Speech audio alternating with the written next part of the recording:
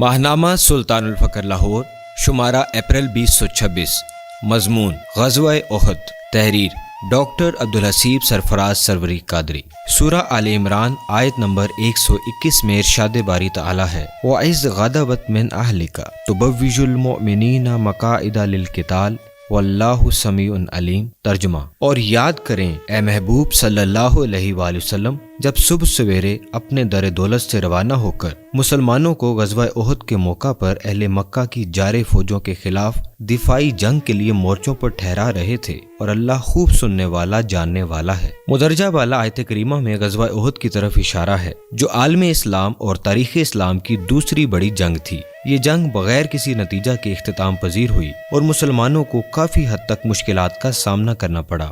غزوہ احد کا معرکہ شوال 3 ہجری میں احد کے پہاڑ کے عقب میں واقع میدان میں وقوع پذیر ہوا۔ پس منظر: غزوہ بدر میں شکست کھانے کا کفار کو بڑا رنج و ملال تھا۔ معرکہ بدر میں کفار مکہ کو شکست و ہزیمت اور اشراف کے قتل کا جو صدمہ برداشت کرنا پڑا، اس کے سبب وہ مسلمانوں کے خلاف غیظ و غضب سے کھول رہے تھے۔ بدر کی شکست کے بعد انہوں نے متفقہ فیصلہ کیا کہ مسلمانوں سے ایک بھرپور جنگ لڑ کر اپنا کلیجہ ٹھنڈا کریں گے اور اپنے جذبہ غیظ و غضب کو تسکین دیں گے، اور اس کے ساتھ ہی مارکہ آرائی کی تیاریاں بھی شروع کر دیں۔ اس معاملے میں سرداران قریش میں سے اکرمہ بن ابو جہل، صفوان بن امیہ، ابو سفیان بن حرب اور عبداللہ بن ابی ربیعہ زیادہ پرجوش اور پیش تھے۔ اہل مکہ کی تیاریاں: اہل مکہ نے سب سے پہلے یہ کام کیا کہ ابو سفیان کا وہ قافلہ جو جنگ بدر کا باعث بنا تھا اور جسے ابو سفیان بچا کر نکال لے جانے میں کامیاب ہو گیا تھا، اس کا سارا مال جنگی اخراجات کے لیے روک لیا، اور جن لوگوں کا مال تھا ان سے کہا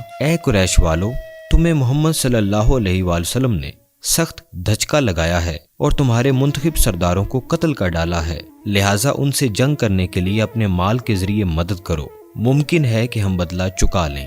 قریش کے لوگوں نے اسے منظور کر لیا، چنانچہ یہ سارا مال جس کی مقدار 1000 اونٹ اور 50,000 دینار تھی جنگ کی تیاری کے لیے بیچ ڈالا۔ پھر انہوں نے رضاکارانہ جنگی خدمت کا دروازہ کھول دیا۔ اس کے علاوہ اہل مکہ نے اشعار کے ذریعے لوگوں کی غیرت و حمیت کو جگایا۔ ایک مشہور شاعر ابو عزا جو جنگ بدر میں قید ہوا تھا اور جس کو رسول کریم صلی اللہ علیہ وآلہ وسلم نے یہ عہد لے کر کہ وہ آپ صلی اللہ علیہ وآلہ وسلم کے خلاف کبھی نہ اٹھے گا بلا فدیہ چھوڑ دیا تھا، اس کو صفوان بن امیہ نے ابھارا کہ وہ قبائل کو مسلمانوں کے خلاف بھڑکانے کا کام کرے۔ چنانچہ ابو عزا نے حضور علیہ الصلوۃ والسلام سے کیے ہوئے عہد و پیمان کو بھلا دیا اور ایک بار پھر اہل مکہ کے جذبات کو ابھارنا شروع کر دیا۔ خواتین کی جانب سے ابو سفیان کی بیوی ہندہ نے اپنے گھر پر محفلیں شروع کر دیں جن میں خواتین کو اشعار کے ذریعے جنگ کے لیے ابھارا جاتا، جس کے نتیجے میں خواتین نے اپنے زیورات بھی جنگ کی تیاری کے لیے خیرات کر دیے۔ قریش کا لشکر اور سامان جنگ: قریش کی تیاری کو مکمل ہوتے ہوتے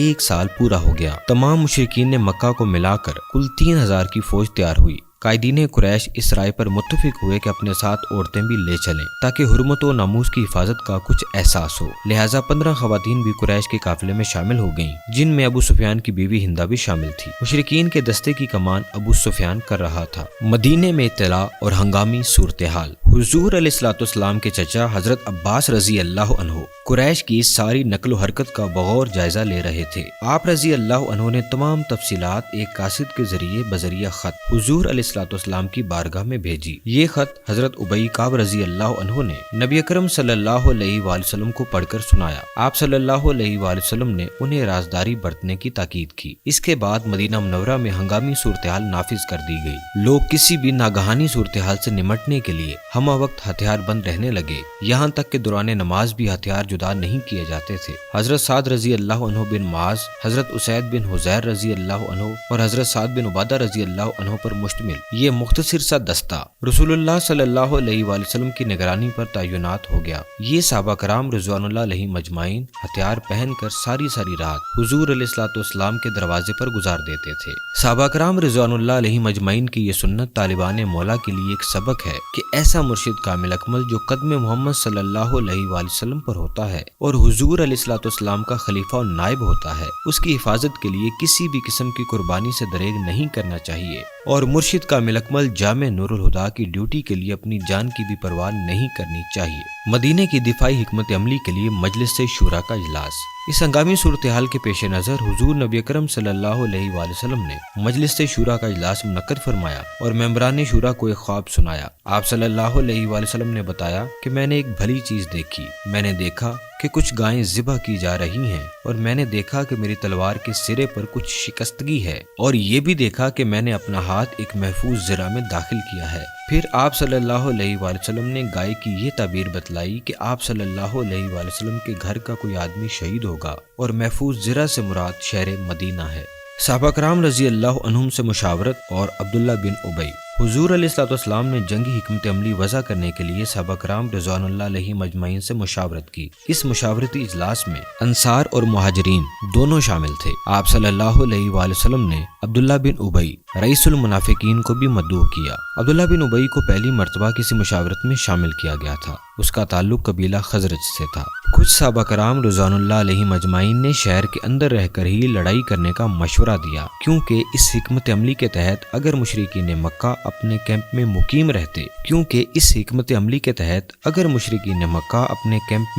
رہتے ہیں تو بے مقصد اور برا قیام ہوگا، اور اگر مدینے میں داخل ہوتے ہیں تو مسلمان گلی کوچوں کے ناکوں پر ان سے جنگ کریں گے۔ یہی صحیح رائے تھی، اور رئیس المنافقین عبداللہ بن ابی نے بھی اس رائے سے اتفاق کیا، لیکن اس کے اتفاق کی وجہ یہ نہ تھی کہ جنگی نقطہ نظر سے یہی درست موقف تھا، بلکہ اس کا مقصد یہ تھا کہ وہ جنگ سے دور بھی رہے اور اس کے اس کبھی فعل کا کسی کو احساس بھی نہ ہو۔ مگر اللہ پاک کو کچھ اور ہی منظور تھا۔ اللہ پاک اس کی منافقت اور دوگلے پن سے پردہ اٹھانا چاہتا تھا، تاکہ مسلمانوں کو اپنے مشکل ترین وقت میں منافق اور کافر کی پہچان ہو جائے۔ کچھ صحابہ کرام نے جو بدر میں شرکت سے رہ گئے تھے بڑھ کر نبی اکرم صلی اللہ علیہ وآلہ وسلم کو مشورہ دیا کہ کھلے میدان میں چل کر مقابلہ کیا جائے۔ انہوں نے اپنی رائے پر سخت اصرار کیا۔ ان گرم جوش حضرات میں خود رسول کریم صلی اللہ علیہ وآلہ وسلم کے چچا حضرت حمزہ بن عبد المطلب رضی اللہ عنہ سر فہرست تھے۔ آپ رضی اللہ عنہ مارکہ بدر میں اپنی تلوار کا جوہر دکھا چکے تھے۔ پھر آپ صلی اللہ علیہ وآلہ وسلم اپنے حجرہ مبارک میں تشریف لے گئے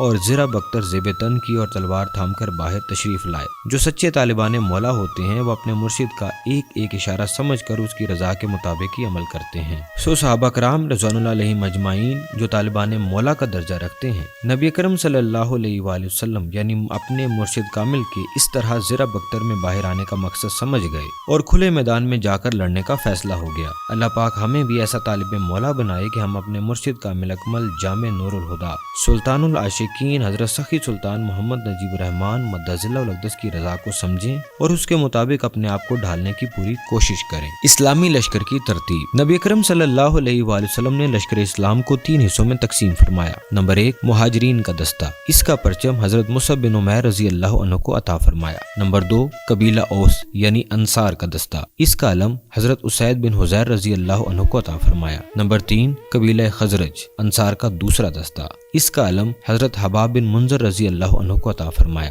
اسلامی لشکر 1000 مردان جنگی پر مشتمل تھا، جن میں 100 زرہ پوش اور 50 سوار تھے۔ حضرت ام مکتوم رضی اللہ عنہ کو اس کام پر مقرر فرمایا گیا کہ وہ مدینے کے اندر رہ جانے والے لوگوں کو نماز پڑھائیں گے۔ احد اور مدینے کے درمیان شب گزاری۔ احد اور مدینہ کے درمیان شیخان نامی ایک مقام پر حضور نبی اکرم صلی اللہ علیہ وآلہ وسلم نے رات گزارنے کا حکم فرمایا۔ پہرے کے لیے 50 صحابہ کرام رضوان اللہ علیہ مجمعین کو منتخب کیا گیا جو کیمپ کے ارد گرد گشت کرتے رہتے تھے۔ ان کے قائد حضرت محمد بن مسلمہ انصاری رضی اللہ عنہ تھے۔ عبداللہ بن ابی اور اس کے ساتھیوں کی سرکشی۔ طلوع فجر سے کچھ پہلے قافلہ چل پڑا اور پھر مقام اشوات پہنچ کر نماز فجر ادا کی گئی۔ آپ صلی اللہ علیہ وآلہ وسلم دشمن کے بالکل قریب تھے۔ یہی وہ مقام ہے جہاں عبداللہ بن ابی رئیس المنافقین نے بغاوت کر دی اور 1/3 لشکر یعنی 300 افراد کو لے کر یہ کہتا وہ واپس چلا گیا کہ اس کی بات نہیں مانی گئی اور دوسروں کی بات مان لی۔ یقیناً اس کی علیحدگی کا سبب وہ نہیں تھا جو اس منافق نے کہا کہ رسول اللہ صلی اللہ علیہ وآلہ وسلم نے اس کی بات نہیں مانی۔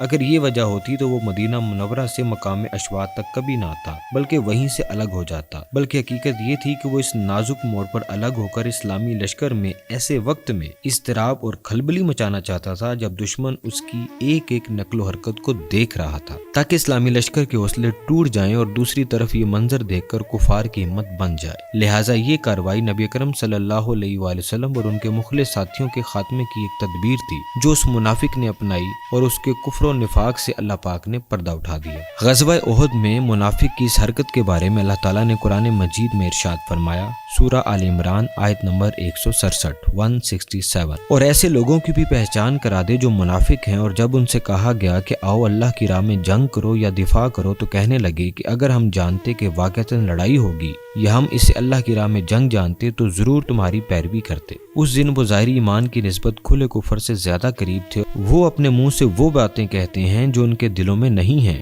اور اللہ ان باتوں کو خوب جانتا ہے جو وہ چھپا رہے ہیں۔ اس کے بعد اسلامی لشکر کی تعداد 700 رہ گئی۔ اس منافق کی یہ حرکت دیکھ کر مزید 2 جماعتوں یعنی قبیلہ اوس میں سے بنو حارثہ اور قبیلہ خزرج میں سے بنو سلمہ کے قدم بھی لڑکھڑا چکے تھے اور وہ واپسی کی سوچ رہے تھے، لیکن اللہ پاک نے ان کی دستگیری کی اور یہ دونوں جماعتیں اضطراب اور ارادہ واپسی سے باز رہیں۔ انہی کے متعلق اللہ تعالیٰ نے سورہ آل عمران آیت 122 میں ارشاد فرمایا، اور جب تم میں سے 2 جماعتوں نے فیصلہ کیا کہ بزدلی اختیار کریں اور اللہ ان کا ولی ہے اور مومنوں کو اللہ ہی پر بھروسہ کرنا چاہیے۔ دفاعی منصوبہ۔ احد کے مقام پر پہنچ کر آپ صلی اللہ علیہ وآلہ وسلم نے لشکر کی ترتیب و تنظیم فرمائی اور جنگی نقطہ نظر سے اسے کئی صفوں میں تقسیم فرمایا۔ آپ صلی اللہ علیہ وآلہ وسلم نے صف بندی اس بہترین انداز میں فرمائی کہ جبل احد لشکر کی پشت پر تھا اور دشمن سامنے، تاہم پیچھے کی طرف ایک ایسی گھاٹی تھی جہاں سے دشمن اچانک حملہ آور ہو سکتا تھا۔ نبی اکرم صلی اللہ علیہ وآلہ وسلم نے اپنی بہترین جنگی حکمت عملی کے تحت ماہر تیر اندازوں کا ایک دستہ منتخب کیا جو 50 صحابہ کرام پر مشتمل تھا۔ اس دستے کی کمان حضرت عبداللہ بن جبیر انصاری رضی اللہ عنہ کے سپرد کی اور وادی کنات کے جنوبی کنارے پر واقع اس گھاٹی پر تعینات کیا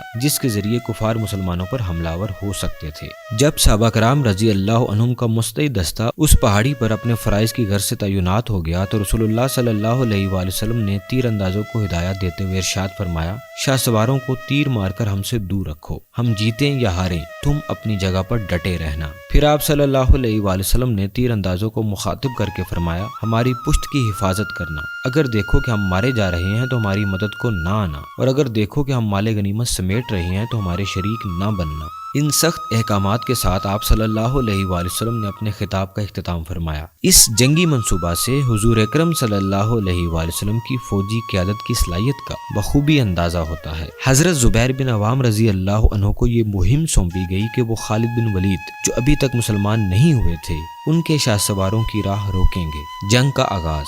دونوں جماعتیں آمنے سامنے آ گئیں۔ سب سے پہلے کفار کی جانب سے علمبردار طلحہ بن ابی طلحہ عبدری میدان میں اترا اور اسلامی صف سے حضرت زبیر رضی اللہ عنہ آگے بڑھے اور ایک ہی جست میں اس مشرک کا کام تمام کر کے اسے واصل جہنم کر دیا۔ اس کے بعد گھمسان کی جنگ شروع ہوئی۔ کفار کا علم طلحہ بن ابی طلحہ کی ہلاکت کے بعد اس کے بھائی عثمان بن ابی طلحہ نے تھام لیا۔ اس شخص پر حضرت حمزہ رضی اللہ عنہ بن عبد المطلب نے حملہ کیا اور تلوار کے ایک ہی وار سے اس کے بازو کو تن سے جدا کر دیا۔ پھر میدان میں قتل و خون ریزی شروع ہو گئی۔ اسلامی صفوں میں عشق رسول صلی اللہ علیہ وآلہ وسلم کی شمع روشن تھی، اس لیے وہ اپنی جان کی پرواہ کیے بغیر کافروں کو جہنم رسید کر رہے تھے۔ جبل رماد پر جن تیر اندازوں کو رسول اللہ صلی اللہ علیہ وآلہ وسلم نے متعین فرمایا تھا انہوں نے بھی جنگ کی رفتار مسلمانوں کے موافق چلانے میں اہم کردار ادا کیا۔ انہوں نے خالد بن ولید کے شاہ سواروں کو روکے رکھا۔ کچھ دیر جنگ اسی طرح جاری رہی اور مسلم لشکر مشرکین کی بھاری فوج پر حاوی رہا اور مشرکین کے حوصلے ٹوٹ گئے۔ مسلمانوں کے 700 کے لشکر نے کفار کے 3000 کے دستہ کو تھکا کر رکھ دیا اور ثواب یعنی مشرکین کا علمبردار اس کے قتل کے بعد کفار ہمت ہار گئے اور پسپا ہو کر راہ فرار اختیار کرنا شروع کر دی۔ اسلامی تاریخ کے اوراق میں ایک اور شاندار فتح کے الفاظ ثبت ہونے والے تھے۔ تیر اندازوں کی غلطی۔ جیسے ہی کفار میدان چھوڑ کر بھاگنے لگے تو مسلمانوں نے مال غنیمت اکٹھا کرنا شروع کر دیا، گویا یہ اشارہ تھا کہ ہم فتح یاب ہو گئے ہیں۔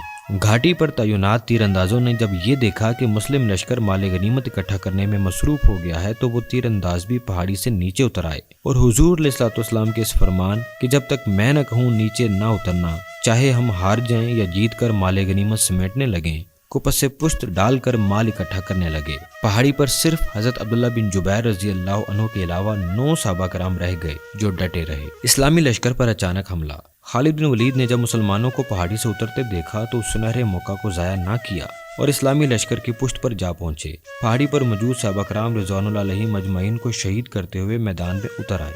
مشرکین نے جب خالد بن ولید کو دیکھا تو وہ بھی مسلمانوں کے گرد اکٹھا ہونا شروع ہو گئے۔ اب مسلم فوج ہر طرف سے گھر چکی تھی۔ مشرکین مکہ کی نظر جب حضور علیہ السلام پر پڑی تو وہ آپ صلی اللہ علیہ وآلہ وسلم کی طرف لپکے۔ اس وقت آپ صلی اللہ علیہ وآلہ وسلم کے ساتھ 9 صحابہ کرام تھے۔ مسلمانوں کی صفوں میں انتشار پھیل گیا۔